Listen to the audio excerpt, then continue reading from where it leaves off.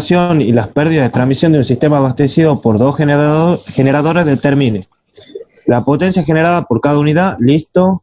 Las pérdidas de transmisiones totales, listo.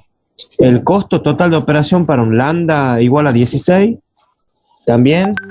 El costo de operación total cuando lambda vale 20, también lo hice, que me da un mayor costo de generación, un poco mayor. Con el lambda 16 me daba 8.000 y algo, y con lambda 20, 10.000. Y el apartado E dice, ¿con qué valor de lambda seguiría probando para encontrar el despacho económico? ¿Por qué? Bueno, yo probé con valores menores que el lambda, y efectivamente, si bajo de 16, va bajando el costo total el costo total de generación, y llega un momento donde cuando lambda es igual a 10,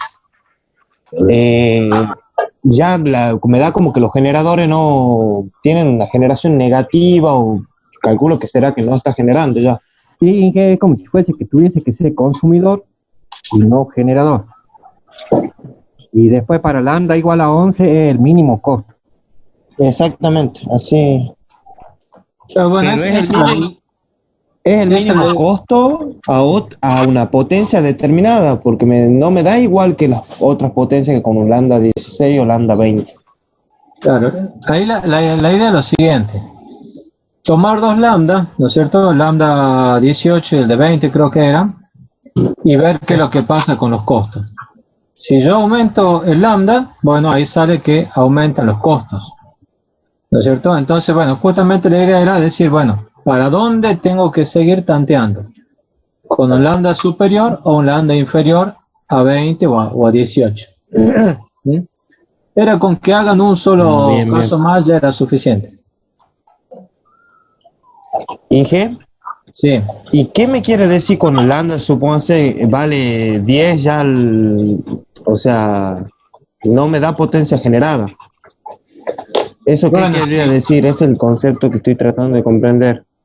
Si ya empiezan a trabajar como motores, ¿sí? Entonces, no, pero es raro, porque la suma de la potencia generada te tiene que dar la demanda. ¿O hay algunos que te dan negativo y otros positivos? Sí, el 1 creo que es el que comienza a dar negativo, la potencia. Sí. Da a entender que tendría que estar funcionando como motor. Claro, bueno, ahí lo que habría que empezar a considerar también son las curvas de capacidad de los generadores. El problema no lo dice, pero todos los generadores tienen un máximo y un mínimo.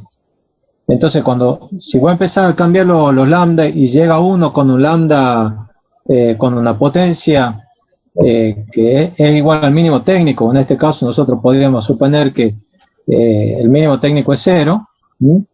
Entonces ya no sigue interviniendo ese generador. Nada, bien, ¿y qué? ¿Ya? Igual que en el otro caso sería que, como hemos visto, el mismo concepto. Yo puedo ir variando la potencia generada siempre y cuando trabaje dentro de la curva de capacidad. ¿Inge? Sí. Y la otra duda que tengo es que me pedía el lambda para que se cumpla un despacho económico. La condición de despacho económico sería generar la misma potencia demandada al mínimo costo,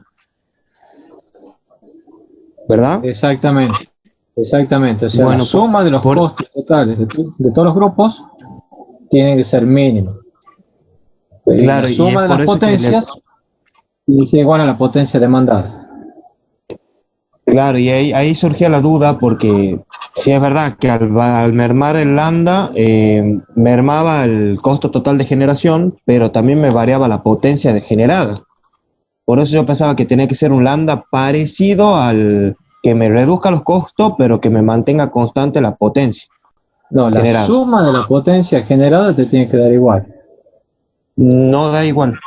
Con lambda 16 da 700 megavatios, y con lambda 20 me da 850 megavatios. Y si mermamos el lambda, ya la potencia generada ya disminuye a 400, 300, por eso la duda.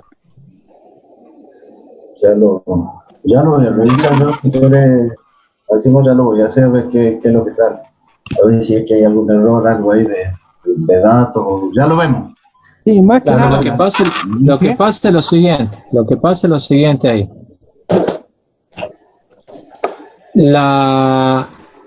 El sistema de ecuaciones que se tiene que armar es digamos, vas a tener una ecuación para cada uno de los generadores más la ecuación de restricción, ¿sí? Que PG1 más PG2 más PG3 tiene que ser igual a la potencia demandada. Lo que pasa es que ahí no estás considerando esa restricción. Ah, ¿sí? perfecto. Sí. No estás considerando esa restricción, entonces, bueno, sí, digamos, no tenés restricción a la potencia demandada. Por eso aparece esa suerte de estado, como de divergencia de las potencias. Claro. Listo. Bien, Inge, bien. Gracias. No, nada. Ahí habría que armar con la metodología que habíamos visto, ¿no es cierto? Todo el sistema de ecuaciones, la matriz esa B, ¿se acuerdan? Donde aparecen los lambda, los B. A ver. Sí, que incluye las pérdidas. Sí. Exactamente. A ver si ya la abro así. Los que no lo han visto.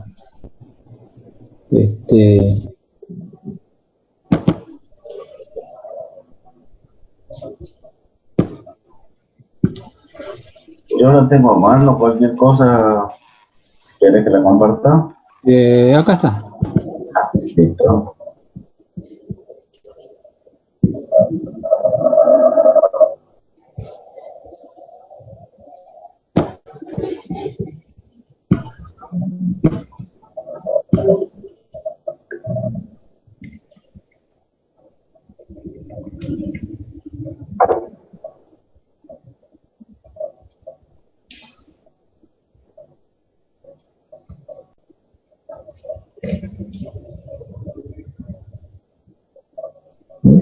Esto es lo que habría que hacer. Sí, así da, dije, así da, y la ecuación bueno, yo lo he graficado al paraboloide ese elíptico, que es el de las potencias de los generadores, y la intersectada con la superficie de restricción, que en ese caso da una superficie, da algo similar a un cilindro parabólico. Claro. Lo que pasa es que ahí está faltando la ecuación de restricción. Ahí no hay restricción de demanda. Lo que pasa es que, a ver, acá lo que vos tenés que ver es, el problema dice cuánto es la demanda.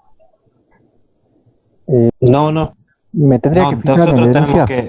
Nosotros tenemos que calcular la potencia demandada y en el primer caso sería unos 700 megavatios, la potencia total. Bueno, lo que pasa es que, bueno, el problema es cuál es el despacho económico para una determinada potencia demandada, ¿sí?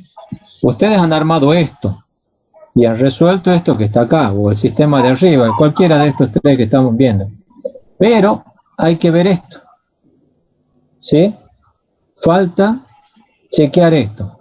O sea, si yo quiero encontrar realmente cuál es el despacho económico, les tengo que decir, la potencia demandada es tanto. ¿Estamos? Yo tengo que decir, la potencia demandada es 100. Entonces, ustedes tienen que sumar PG1 más PG2 más PG3. Tiene que ser igual a 100 más las pérdidas que la tengo que calcular con esta ecuación. Y ahí tanteamos con el error. Exactamente. ¿Sí? Ah, bien. ¿Se entiende? Sí, perfecto, Inge. Gracias. Estaba faltando la ecuación de restricción. ¿Alguna otra pregunta? ¿No? Déjame compartir esto.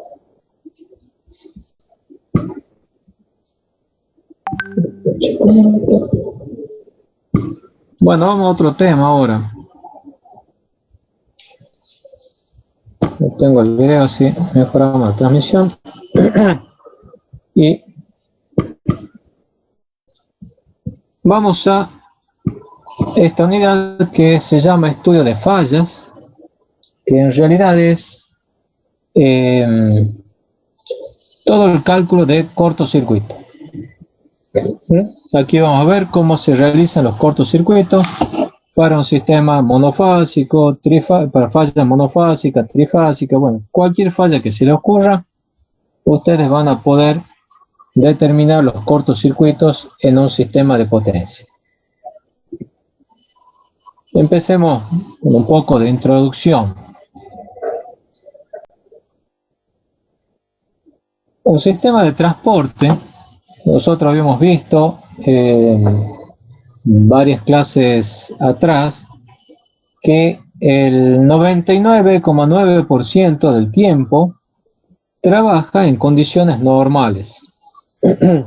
¿Sí? Contenciones, corriente, frecuencia, todo dentro de valores normales.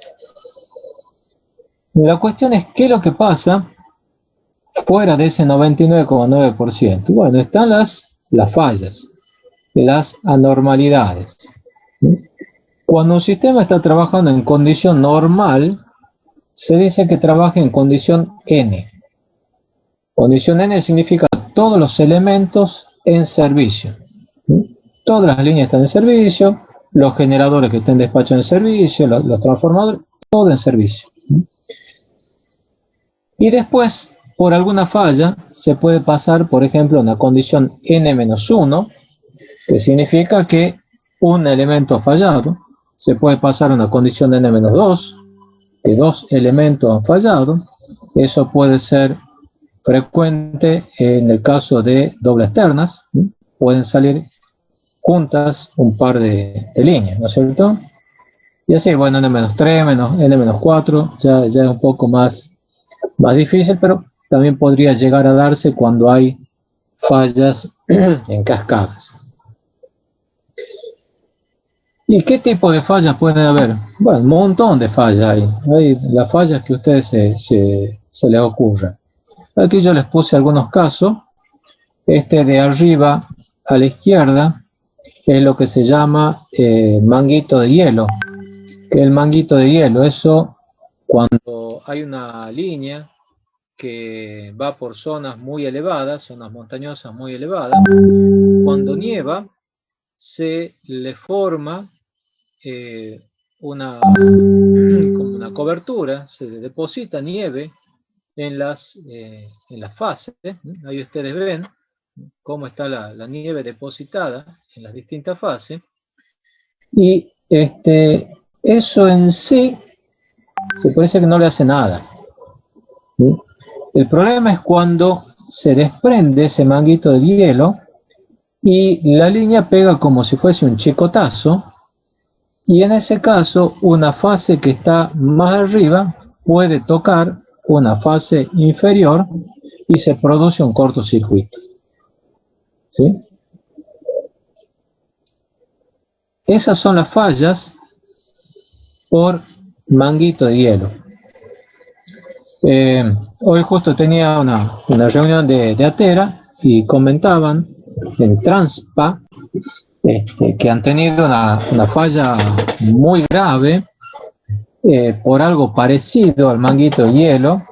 Es que había venido una ola de frío desde el océano con viento húmedo y muy sobreenfriado, y avanzando, bueno, iba nevando, lloviendo, pero en particular cuando se han encontrado con las líneas, el viento se ha depositado hielo directamente. No era nieve como dice que se depositó hielo. Bueno, en ese caso el hielo no, digamos, las torres no aguantaron el peso y cayeron varias torres. Tienen un desastre ahí. Ese ha sido hielo directamente. El manguito de hielo también, o las nevadas fuertes, mejor dicho, también a veces provocan que se deposite mucho hielo en las ménsulas, sumado al hielo en las cadenas de aisladores, a lo que se deposita en los propios conductores, y a veces también, bueno, se produce alguna quiebre de alguna ménsula, ¿m? Puede incluso caer una línea. Ese es un tipo de falla. Otro tipo de falla, bueno, y la curiosidad de la foto esta es, ahí ven a dos operadores que están haciendo el famoso método del garroteo para quitar ese manguito de hielo. El método de garroteo es, ellos tienen unos garrotes, unos palitos, una rama que la tiran sobre la línea, la golpean a la fase y hacen que se caiga el hielo. ¿Sí? Método muy arcaico si se quiere, pero efectivo. Otro tipo de falla que ustedes ven ahí a la derecha es la quema de caña. Es una falla muy común, sobre todo en la zona de Tucumán y en la zona de Jujuy, donde los agricultores queman la caña en pie. El calor del fuego eleva el hollín, las partículas esas las maloja, y al ser un aire con menor densidad y además tener partículas en suspensión, ¿sí?, hace que se produzca una sobrecarga, se produzca una descarga. ¿Sí? Estas son fallas generalmente de larga duración porque, bueno, hasta que se va el fuego, a veces el viento lo lleva para un lado, lo lleva para el otro, y bueno, hasta que se termine de quemar el cañaveral no se puede hacer nada, ¿no? Esa es la quema de caña. Y bueno, ahí tenemos dos doble ternas, la que va de Bracho a Independencia y la que hace Bracho, Tucumán Norte, Civil Pozo. Esas líneas van por cañaverales. Entonces, es muy común que fallen las dos líneas. ¿Sí? Fallen las dos líneas por el fuego que se propaga bajo las dos fases, ¿no? Otro tipo de falla podría ser este otro que está abajo a la izquierda, y es por ahí vegetación que crece bajo la línea y puede llegar a estar en alguna distancia tal que se produce una sobrecarga. Otro caso es esto que está aquí al costado, a la derecha abajo, árboles que están cerca de la línea y a veces, bueno, lo talan sin las debidas precauciones y caen sobre la línea. Bueno, también tenemos fallas. Hay fallas las más estrambóticas que a ustedes se les ocurra. Este es de una torre, ¿sí?, de un ingenio que ha caído sobre una línea de alta tensión. También se producen fallas por crecidas del río. Esto ha sido en Catamarca, ¿sí?, en el oeste de Catamarca, una estación transformadora donde el río ha crecido y ha avanzado sobre la estación transformadora y bueno, la ha inundado, la ha llenado de barro y la ha llenado de basura, la ha dejado fuera del servicio.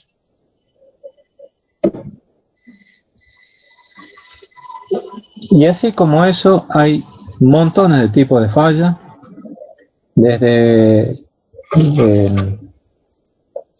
vehículos que chocan contra torres, van por una curva, no la ven a la curva y se estrellan con la torre.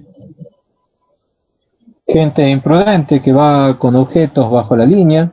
Hemos tenido el caso una vez en Jujuy de uno que iba con una caña tacuara en una bicicleta, pasó bajo la línea y bueno, cortocircuito, ha tenido una descarga, ¿no? Bueno, hay todos los tipos de fallas que a usted se le ocurra. Pero en sí, ¿a qué le vamos a llamar falla? Falla le vamos a denominar a todo evento que interfiera el flujo normal de la corriente. Esa va a ser nuestra definición de falla. Todo evento que interfiera el flujo normal de la corriente. Cuando nosotros hacemos estudios de cortocircuito, hay distintas variables que tenemos que estudiar. Por ejemplo, cuando estudiamos flujo de carga, ¿qué variables analizamos? Tensiones, corriente, potencia, frecuencia. Fase. No, frecuencia no. Todas las demás que he dicho sí. Frecuencia hemos dicho que trabajamos en estado estacionario. Está bien, Trabajamos con los 50 Hz. Todas las otras variables las estudiamos. Cuando hacemos un análisis de despacho económico, ¿qué variable analizamos? Potencia, pérdida. Costo marginal. Potencias, pérdidas, precios. ¿Sí? Cuando hacemos un análisis de regulación de frecuencia, frecuencia, demanda, generación. ¿Sí? Bueno, cuando nosotros hagamos estudios de falla, lo que vamos a analizar son tensiones, corrientes e impedancias. ¿Por qué tensiones? Porque cuando se producen algunas fallas, vamos a tener sobretensiones o subtensiones. ¿Me pueden decir en qué caso, en qué clase de falla vamos a tener sobretensiones? En cortocircuito, cuando dos fases se juntan. Cuando tenemos cortocircuitos monofásicos, ¿sí? Cuando tenemos cortocircuito a tierra, ¿qué es lo que pasa? Una de las fases se va a cero y las otras dos, ¿qué valor toman?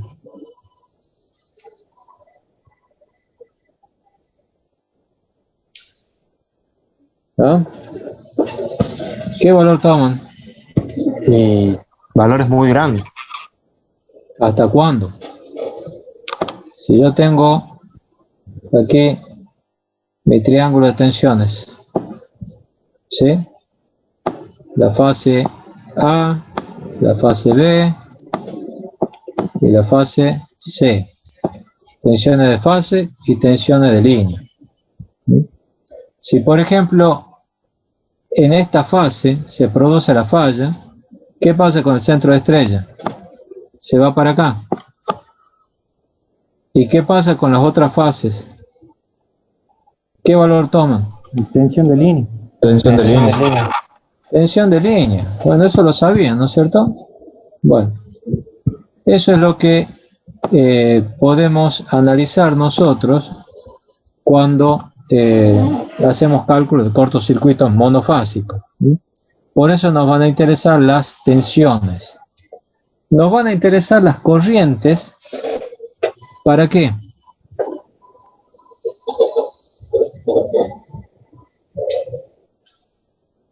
¿Para qué nos interesan las corrientes de cortocircuito? Para preservar la instalación, propiamente Por dicho. protección. No exceda. Para el seteado de protecciones o ajuste de protecciones, ¿no es cierto? ¿Qué tipo de protecciones?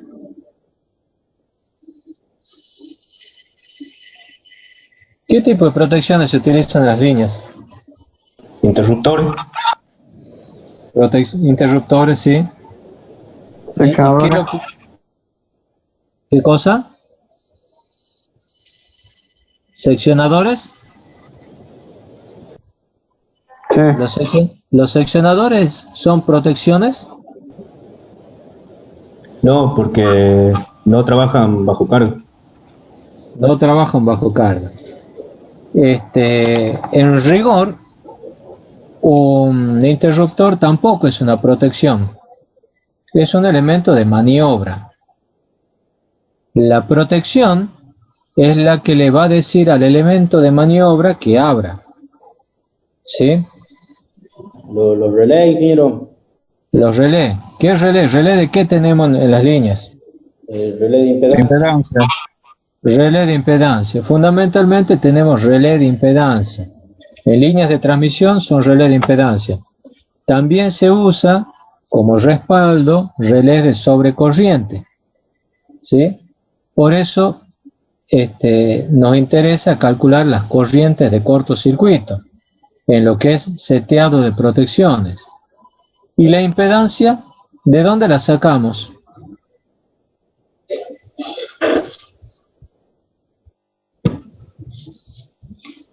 Si yo me paro aquí en una estación transformadora, tengo una línea, ¿sí? Se produce una falla en la línea, ¿sí? Aquí al inicio de la línea voy a tener mi interruptor, ¿sí? Y voy a tener también mi relé de impedancia, ¿sí?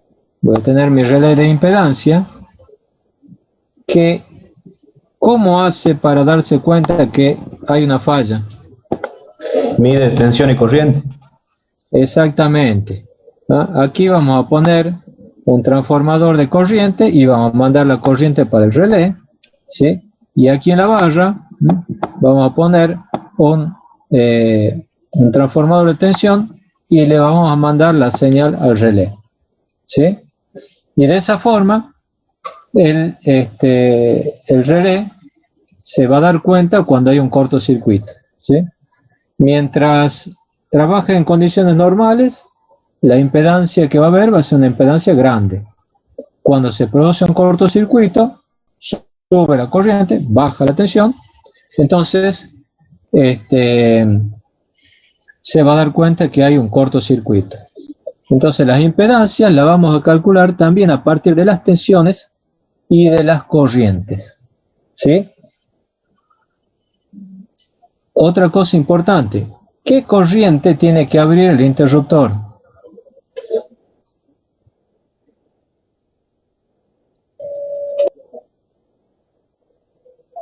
¿La corriente de cortocircuito? La corriente de cortocircuito. Son corrientes altas, ¿sí?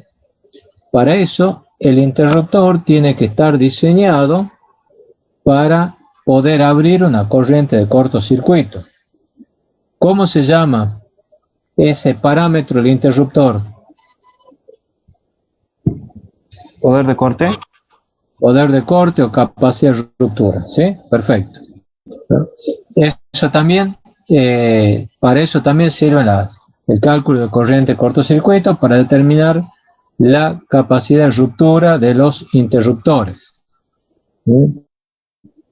Además, recuerden ustedes que cuando se produce un cortocircuito, la red van a sufrir grandes esfuerzos electrodinámicos porque las elevadas corrientes que circulan entre ellos generan campos magnéticos que van a provocar una atracción y repulsión entre las fases, y esos esfuerzos mecánicos lo tienen que soportar las instalaciones, las barras, los aisladores soportes, ¿sí? Entonces, para eso también nos sirven los cálculos de cortocircuito, ¿sí?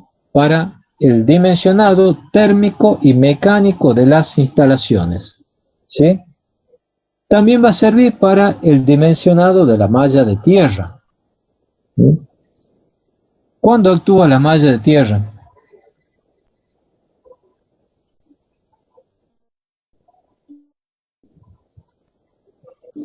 Cuando hay una descarga. ¿De dónde a dónde?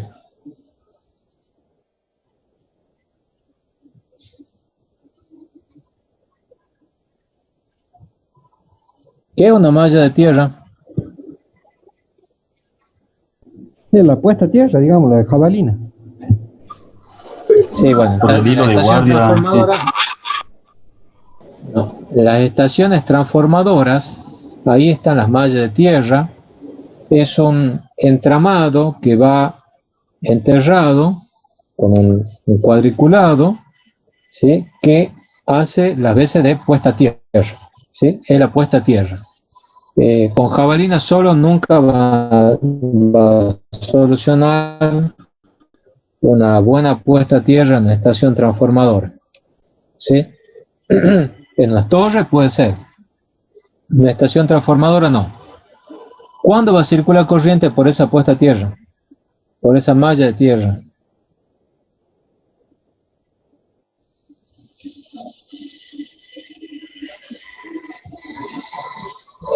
Cuando haya corriente. Cuando hay un cortocircuito monofásico, trifásico, bifásico, ¿qué tipo de cortocircuito?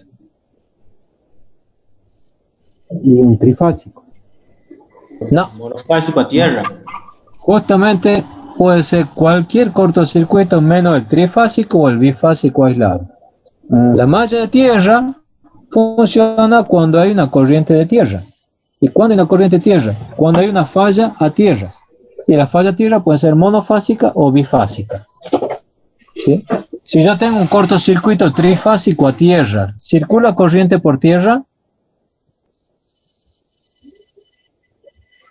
No, ¿Por qué? Porque se equilibra la corriente. Porque es equilibrado, exactamente, ¿sí? Salvo que sea un cortocircuito trifásico a través de tres impedancias distintas. Bien, entonces el dimensionado de la malla de tierra también se lo hace a través de las corrientes de cortocircuito monofásica o bifásica a tierra, ¿sí? También hay que tener en cuenta que los cortocircuitos que se calculan, generalmente se calculan dos valores, un cortocircuito máximo y un cortocircuito mínimo. Un cortocircuito máximo es aquel donde está en servicio todo el equipamiento, toda la generación, y me va a dar las máximas corrientes que puedo llegar a ver en un sistema de transporte, ¿sí? Pero no solamente nos interesan las máximas corrientes, sino también las corrientes más chicas, ¿sí? Las mínimas corrientes de cortocircuito. ¿Para qué nos pueden interesar las corrientes mínimas de cortocircuito? Para diferenciarla de maniobra en el sistema. ¿Cómo es eso? Para, por ejemplo, cuando quieren entrar en servicio algún elemento, tiene que saber que no va a actuar la protección. La corriente mínima de cortocircuito es la que nos va a estar dando la sensibilidad que va a tener la protección ante distintas fallas, ¿sí? O sea, las corrientes, las protecciones tienen que actuar desde que ven las mínimas corrientes de cortocircuito, ¿sí? No tiene que esperar a una corriente muy grande. ¿Cómo?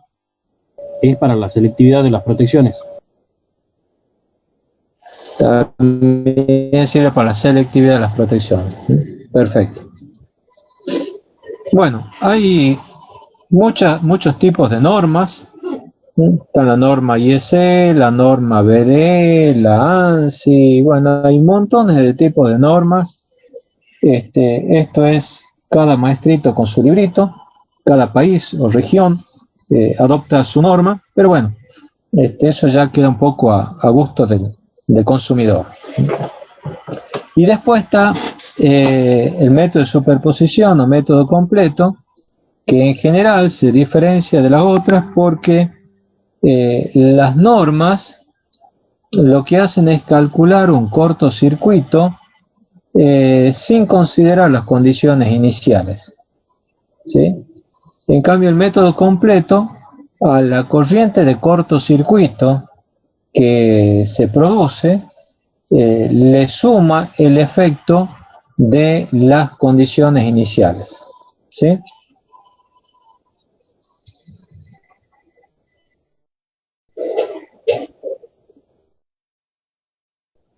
¿Alguna pregunta hasta acá?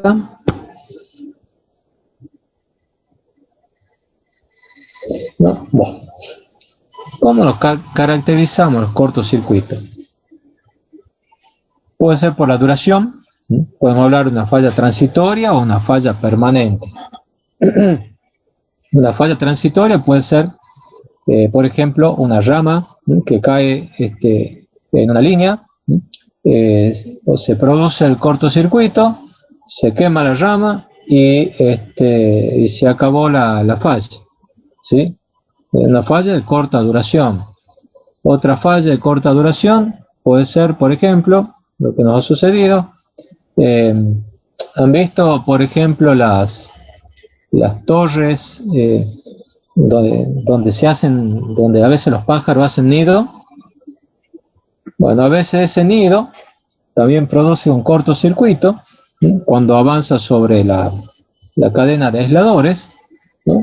Y una vez que se ha producido la descarga, bueno, se ha quemado el camino de donde se ha producido la combustión y ya desapareció también la falla, ¿sí?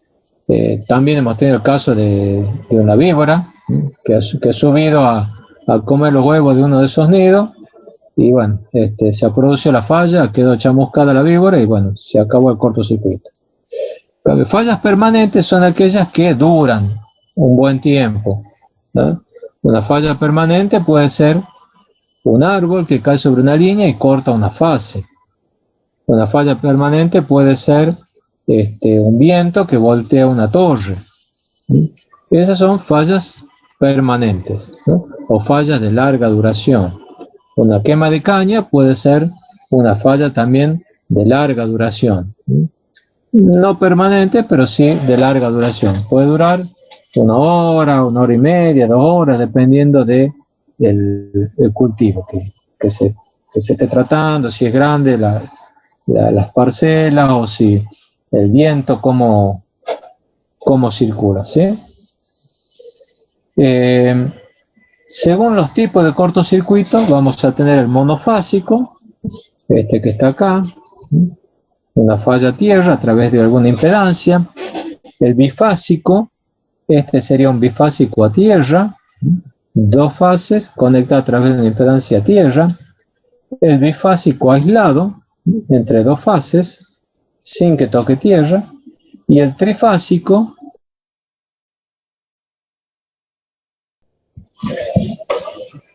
bueno, les quería mostrar este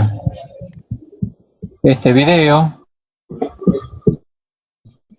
donde van a ver un cortocircuito en barra y también esfuerzos electrodinámicos, ¿no?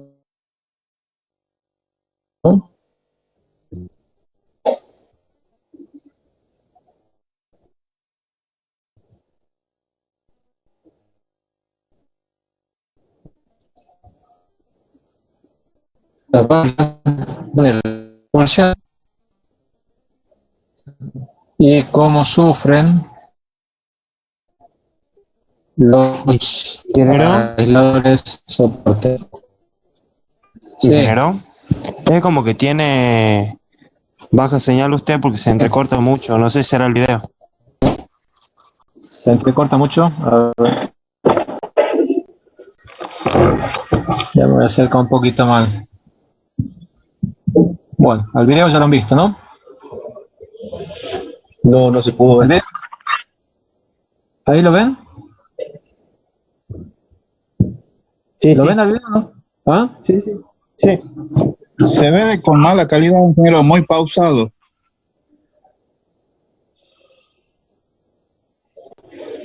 En cámara lenta, si se puede decir. Es que así es el video.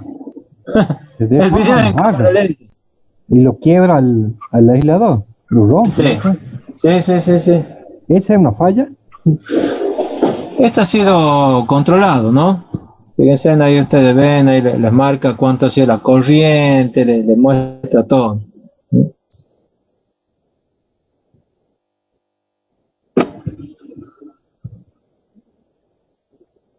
Está en cámara lenta y el video no tiene muy buena resolución.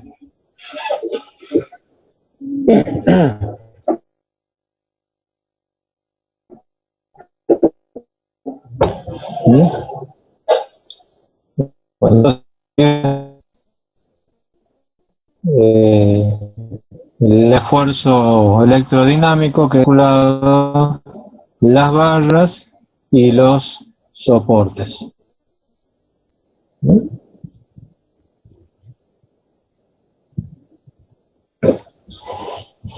Y después tengo otro video.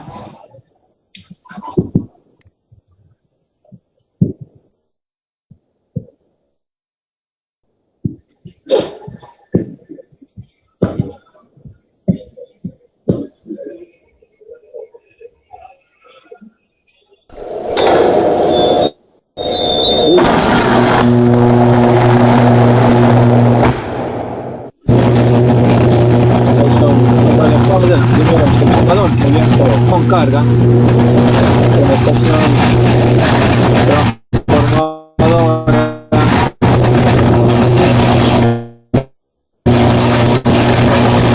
han fallado las protecciones.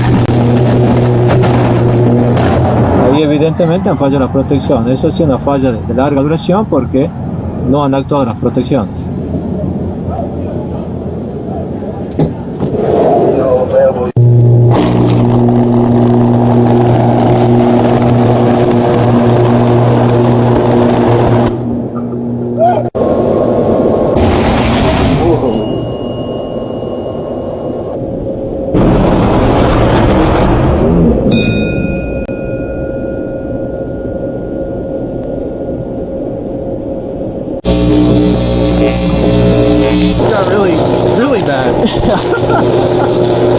If it blows up, get ready to hit the ground.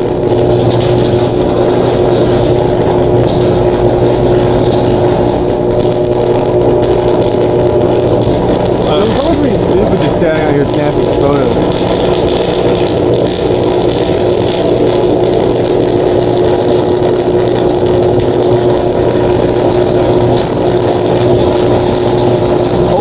Holy. Damn.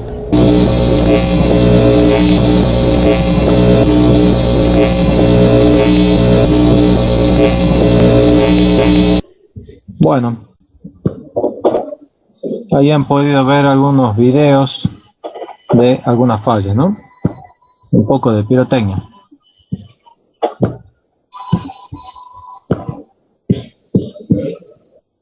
Bueno, sigamos con las diapositivas. Les estaba diciendo, el último cortocircuito era el trifásico, que generalmente el trifásico es equilibrado si estas tres impedancias son iguales, si no podría llegar a ser desequilibrado. Si equilibrado tengo una conexión a tierra, no va a haber drenaje de corriente a tierra, pero lo que sí puede suceder es que esas tres impedancias de falla y son distintas y están conectadas a tierra, ahí sí podría llegar a tener una corriente por tierra. ¿Sí? Bueno, otro tipo de falla sería apertura de una fase que abre o abren dos fases. Esto puede darse, por ejemplo, cuando se quiere abrir un interruptor, ¿cierto? Y fallan una o dos fases. O sea, queda como se dice habitualmente, un polo pegado. Esa sería una falla seria. Y también podría ser a través de impedancia. Esto no, digamos, es una posibilidad, pero no se me ocurre qué tipo de falla podría ser, ¿no?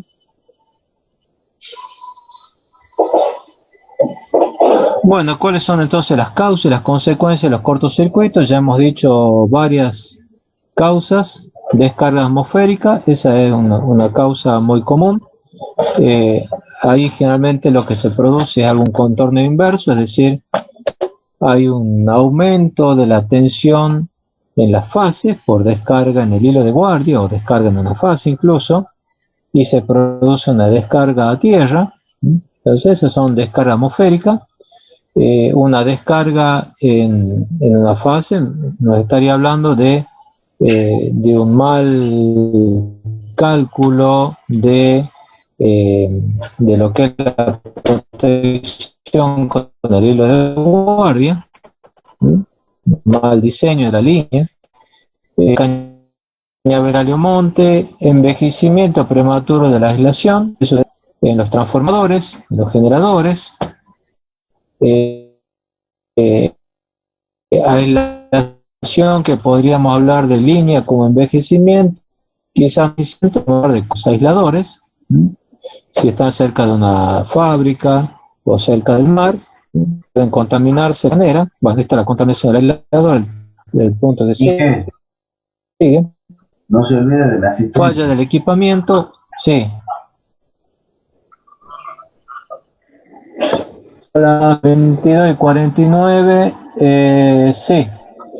A las 22:40 arrancamos a la contraseña. Caire 9S56. Caire 9S56. Gracias por avisar.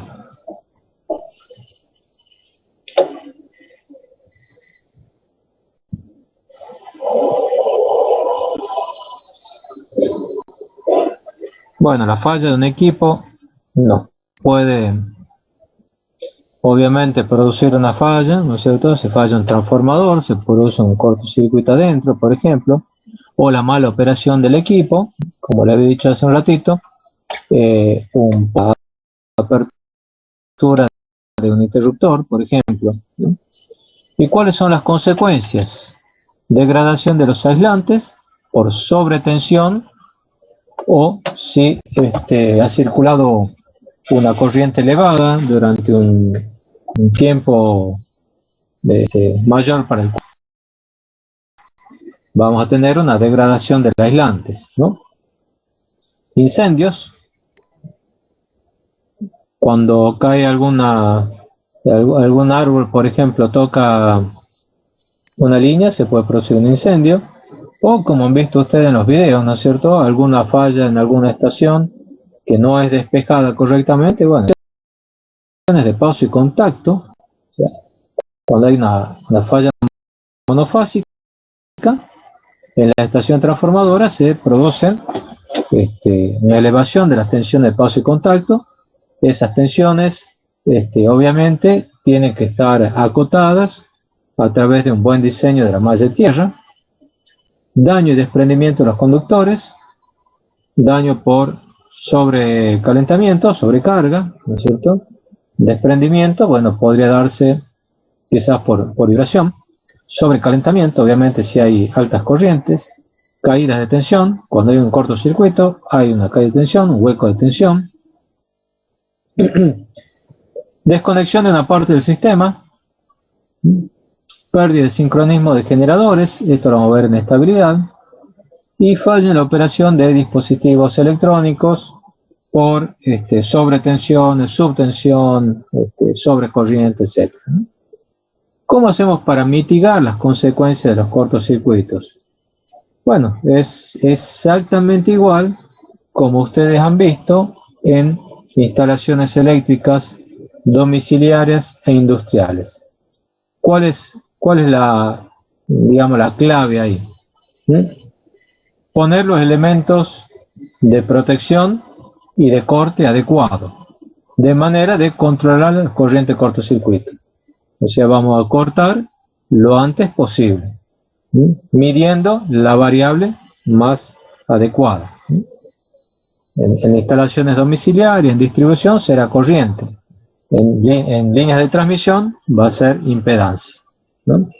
Y la otra es tener una buena selectividad de las protecciones, de manera que se aísle la falla en el lugar más cercano a la falla, ¿no es cierto? O sea, evitar la propagación de la falla, aislando la menor porción del sistema fallado. ¿Alguna pregunta de todo esto?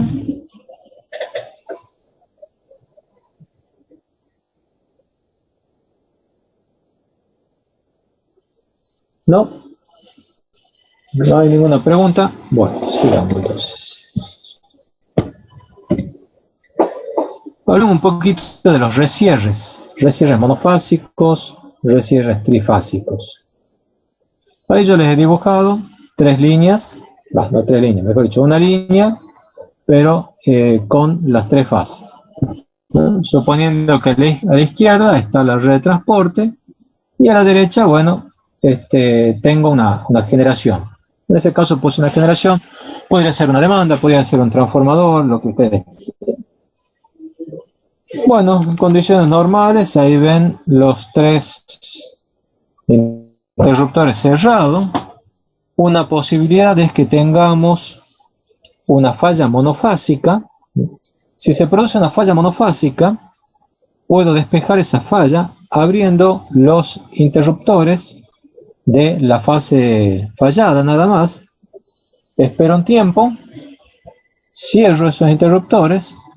Si ha desaparecido la falla, bueno, perfecto, sigue todo bien. Y si persiste la falla, ya abre trifásicamente como esta gráfica de abajo. ¿Sí? ¿Qué es lo que sucede con esto? Ya vamos a ver nosotros que si yo aquí en este extremo, por ejemplo, tengo un transformador, ese neutro, por ese neutro del transformador va a circular una corriente que puede cerrarse por donde está la falla y puede seguir alimentando la falla. Por otra parte, recuerden ustedes que entre fase y fase tenemos capacidades mutuas y tenemos inductancias mutuas. Entonces, si yo tengo 2 fases tensionadas y solamente abro una, sigue persistiendo ese acoplamiento capacitivo e inductivo y puede hacer que la falla esa persista y de esa manera malograr un recierre. ¿Se entiende? Entonces, cuando se tiene falla monofásica, como en este caso, lo menos dañino para el sistema es abrir y cerrar esa fase fallada. Lo más efectivo sería abrir y cerrar las 3 fases. Pero ¿qué pasa si yo tengo aquí un generador y abro y cierro las 3 fases?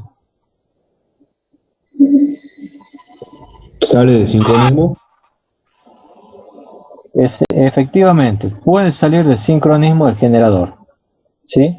Entonces, cuando hay un generador en un extremo, no puedo hacer recierre trifásico. ¿Sí? Lo único que puedo hacer es recierre monofásico. Puedo hacer apertura trifásica. Abro los 3 una sola vez. Salió el generador. Pongo el servicio de vuelta a la línea y tendré que arrancar con toda la historia del generador otra vez. ¿Estamos? Si no tengo generación, ¿sí? Si no tengo generación, entonces sí puedo hacer un recierre trifásico y ahí va a ser más seguro que ese recierre sea exitoso. Entonces, puede ser tanto que no tenga generación o que tenga alguna otra vía, alguna otra línea que haga que ese generador siga conectado a la red de transporte. ¿No? Esas son las posibilidades. Ahora, si nosotros tenemos recierre bifásico o trifásico, ahí sí lo que se hace es apertura trifásica. De vuelta, si hay un generador y ese generador está radial de la línea que abre, será una apertura trifásica definitiva. Si no, puedo probar con un recierre trifásico. ¿Se entiende todo eso? Sí, ingeniero. Buenísimo. Y esto un poco para que tengan también en cuenta, ¿no? Veamos aquí qué es lo que está pasando. Aquí tengo graficada la línea de tiempo, ¿sí? En este momento, en el tiempo igual a 0, ocurre la falla. ¿Sí? Cuando ocurre la falla, el relé tiene que medir, ¿sí?, digamos, la impedancia durante un cierto tiempo para detectar la falla. Cuando detecta la falla, manda la orden de apertura y el interruptor abre. Pero para que abra tiene que pasar un tiempo. Es un accionamiento mecánico, entonces pasa un tiempo. Una vez que ha abierto el interruptor, el arco generalmente se mantiene un tiempo más. Se mantiene un tiempo más y generalmente es hasta que la corriente pasa por 0. Ahí es cuando recién se extingue la falla. ¿Sí? Después puede haber algún arco remanente, ¿no es cierto? Una vez que se extinguió la falla, hay un tiempo muerto donde la línea está desenergizada. ¿Sí? También tenemos ahí en el medio, no en el medio, sino en el tiempo posterior, la instrucción del relé que le dice al interruptor que cierre. Desde que sale la instrucción hasta que efectivamente se cierra el mecanismo, también pasa un tiempo. Y aquí, bueno, se produce el recierre. Entonces, eso hay que tener siempre presente. Desde que se produce la falla hasta que abre el interruptor, estamos acá. ¿Sí? Desde que se produce la falla hasta que se despeja la falla, estamos acá. El tiempo muerto, ¿sí?, se lo mide desde que sale la orden de apertura del interruptor hasta que sale la orden de cierre del interruptor. Siempre recordando que hay un retraso hasta que efectivamente abre y un retraso hasta que efectivamente cierre. ¿Se entiende esto? ¿Preguntas? Esos tiempos relativamente, o los tiempos de apertura de los dispositivos son relativamente cortos, ¿o no, Inge? Y bueno, hasta que se despeja la falla, o sea, el tiempo desde que se produce la falla hasta que abre el interruptor, puede andar 100, 120 milisegundos. ¿Sí? En 500 kilovoltios puede andar en 80 milisegundos.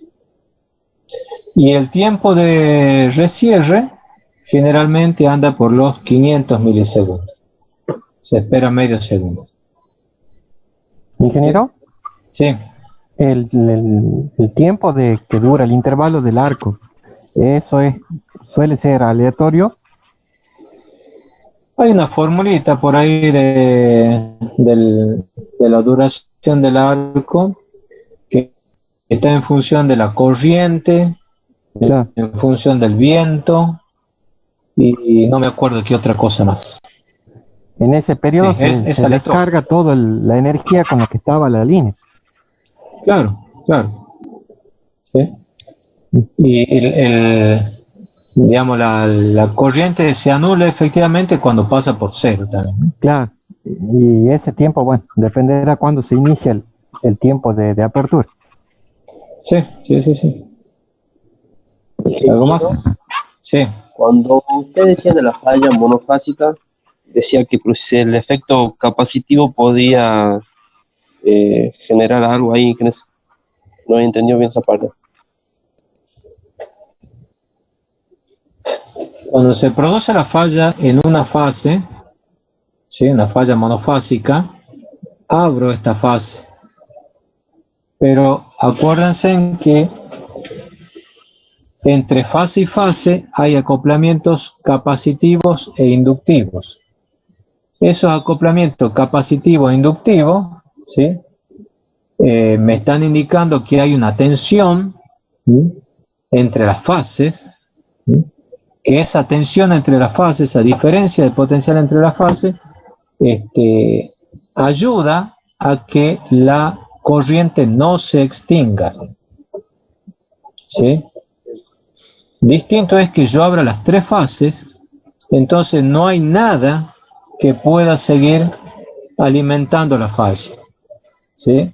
Si yo abro las tres fases, no hay, bueno, el acoplamiento inductivo y capacitivo sigue existiendo, pero como las otras líneas están desenergizadas, no hay una diferencia de potencial entre las fases, de manera de seguir alimentando la fase. O sea, si esta está abierta y estas dos están cerradas, esta induce un potencial sobre esta fase, esta otra también induce un potencial sobre esta fase, y ese potencial ayuda a que siga circulando la corriente de fase. ¿Sí? ¿Se entiende ahora? Sí. ¿Sí? Bueno. ¿Alguna otra pregunta?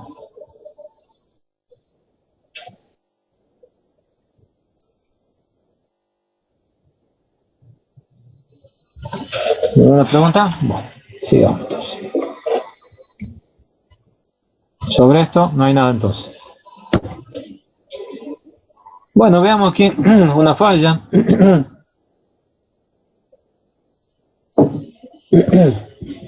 En este caso, lo que tenemos es lo siguiente.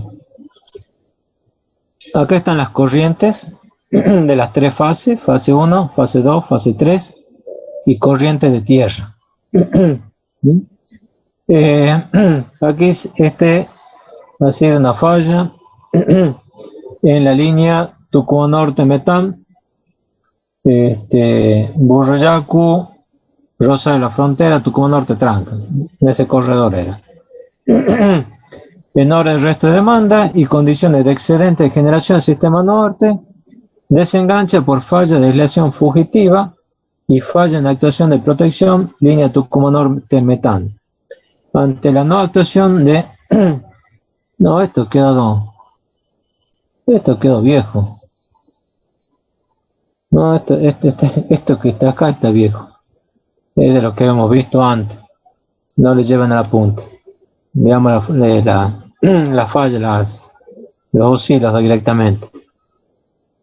Aquí ven ustedes la corriente que tenía la línea antes de la falla, ¿sí? La corriente en estado normal. En T igual a 0 se produce un cortocircuito. Entonces ven cómo la corriente aumenta de manera importante. Y fíjense también que esa corriente se repite aquí, la corriente neutro. Entonces efectivamente ha sido una falla a tierra, ¿sí? Esa falla a tierra hace que circule la corriente entre la fase 2 y la fase tierra, ¿no? Fíjense que esa falla, esa corriente falla se extingue acá, un poco antes de los 100 milisegundos, pero la apertura definitiva de la línea se produce aquí, ¿sí? Se produce aquí. Es decir que hasta este momento teníamos el otro extremo de la línea que estaba energizado. Estaba energizado desde un extremo y desde el otro no.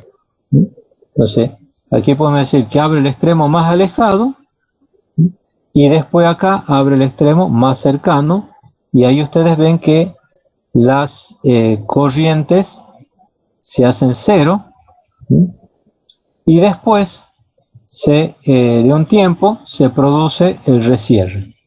Y generalmente, bueno, ya las corrientes empiezan a ser menores. Aquí vemos las tensiones. Aquí están las tensiones de cada una de las fases. Cuando se produce la falla cae la tensión, cae la tensión y acá es cuando se produce el recierre. Falla monofásica, despeje de falla, recierre. Aquí tenemos otro caso. Este sí está bien el comentario. Fíjense acá. Aquí arriba tenemos las corrientes. Fase 1, 2, 3 y corriente por tierra. Tensiones 1, 2, 3 y corriente por tierra. Y este es el diagrama de impedancia, ¿no? Aquí está la resistencia y aquí está la inductancia. Primero, se produce una falla en la fase B, ¿sí? Entonces, aquí tenemos la corriente por tierra. Después, fíjense en que la falla monofásica evoluciona a bifásica. ¿Sí? Evoluciona a bifásica. Esto es común en la quema de caña.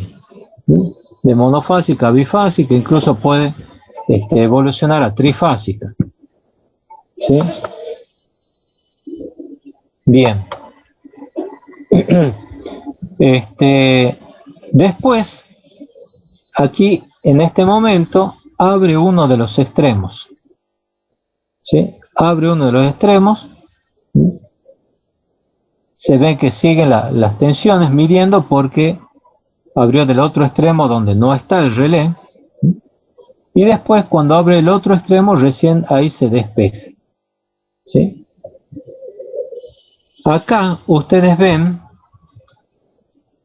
la evolución de las impedancias. En condiciones normales la impedancia está por acá afuera, está lejos de este cuadrilátero, lejos incluso de la zona de sobrecarga. Cuando se produce la falla, la corriente aumenta y la tensión disminuye. Entonces la impedancia que está viendo el relé baja.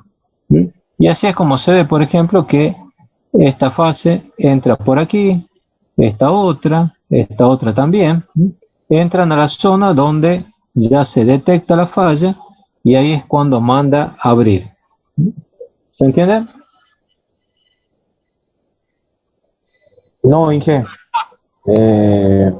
No le entendí el gráfico de la impedancia.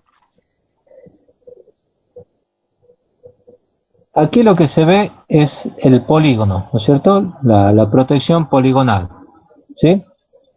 Ahí está la primera, la segunda, la tercera, la cuarta zona.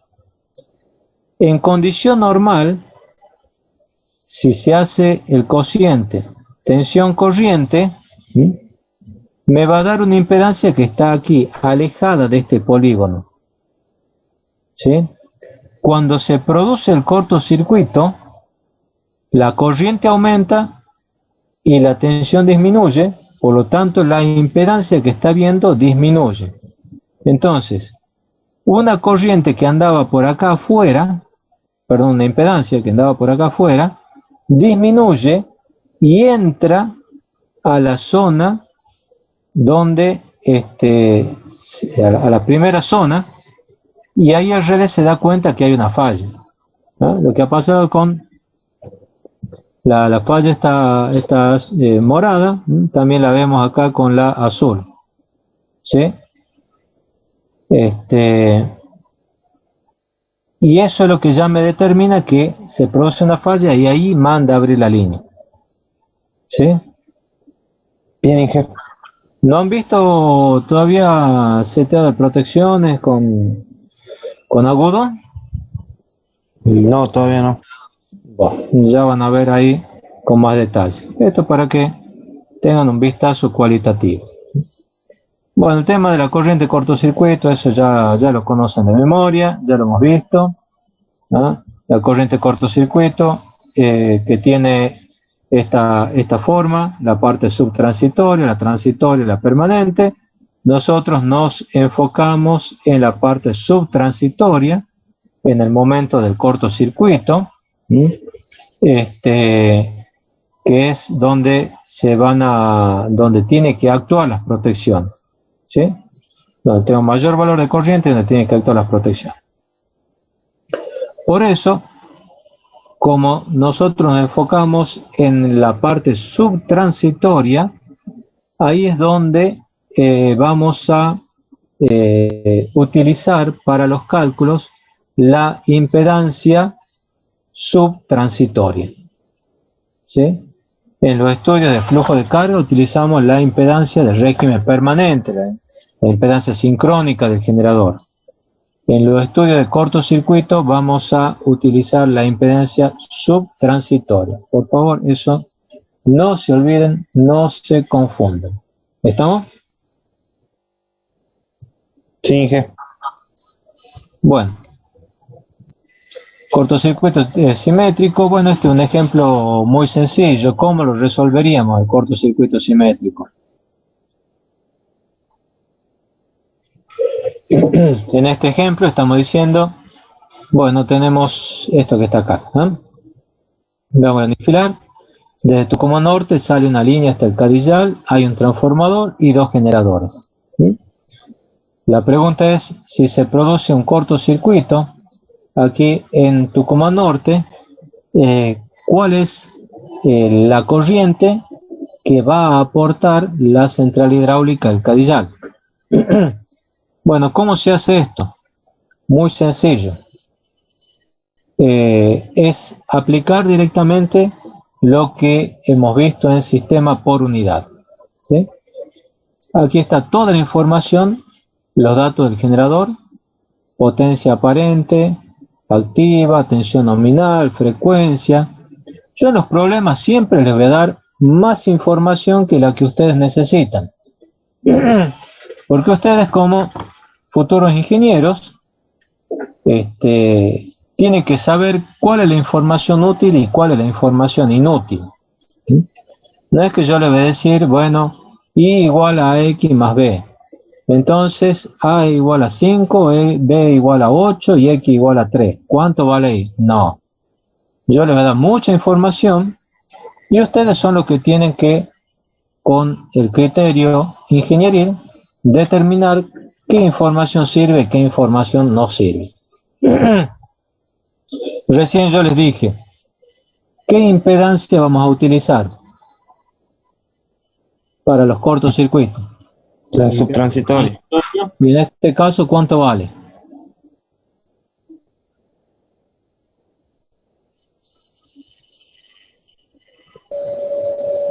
¿0.25 por unidad? 0.25. X segunda de 0.25.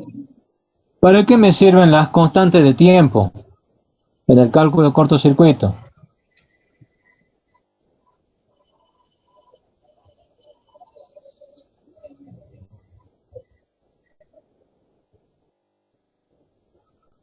La constante de tiempo es T' de 0, T segunda Q0, TA. ¿Para qué sirven esas constantes de tiempo en los cálculos de cortocircuito? Para nada. Para nada. Salvo que yo quiera avanzar para esta zona, ¿no es cierto? Y ver cuál es el valor de la corriente y recién lo utilizo acá. Nosotros en los cálculos de cortocircuito no lo vamos a utilizar, las constantes de tiempo. ¿Para qué me sirve la reactancia homopolar y la reactancia directa y la reactancia inversa?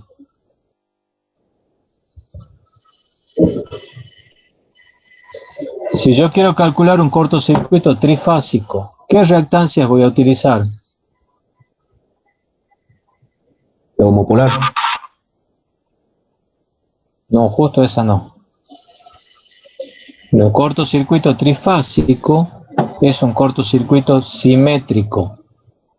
¿Sí? El cortocircuito simétrico intervienen las impedancias de secuencia directa. Por lo tanto, va a intervenir el X. ¿Sí? El X de la línea, nada más, de secuencia directa, no la homopolar y la inversa. Cuando queramos calcular cortocircuito monofásico o cortocircuitos bifásicos, ahí recién van a aparecer X0 y X2. ¿Sí? Bueno, después está el transformador del Cadillar, los datos del trafo, y los datos del transformador de Tucumán Norte. Ingeniero, Sí, dijo cortocircuito monofásico y bifásico, pero a tierra.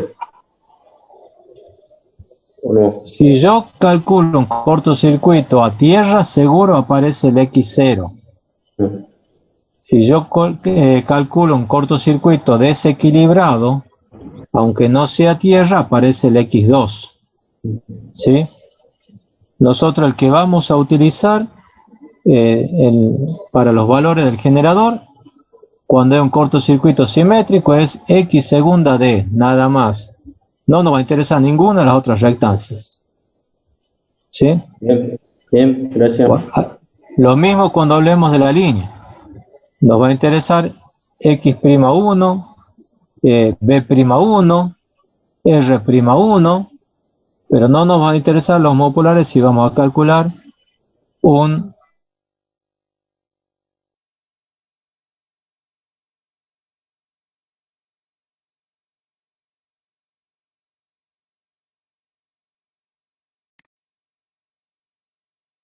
como ustedes ya lo saben hacer, el circuito nos va a quedar una fuente de tensión detrás de la reactancia subtransitoria, la impedancia del transformador, la impedancia de la línea, y simplemente lo que hay que hacer es resolver U sobre la impedancia que tenemos acá. Y ya vamos a tener el valor de la corriente que llega hasta Tucumán Norte. Y la caída de tensión, bueno, eso es fácil, ¿no? Y por la impedancia me va a dar la caída de tensión en cada uno de los elementos. Entonces, esa sería la forma de resolver un cortocircuito trifásico. Eso ya lo saben hacer, ¿no? ¿Alguna pregunta?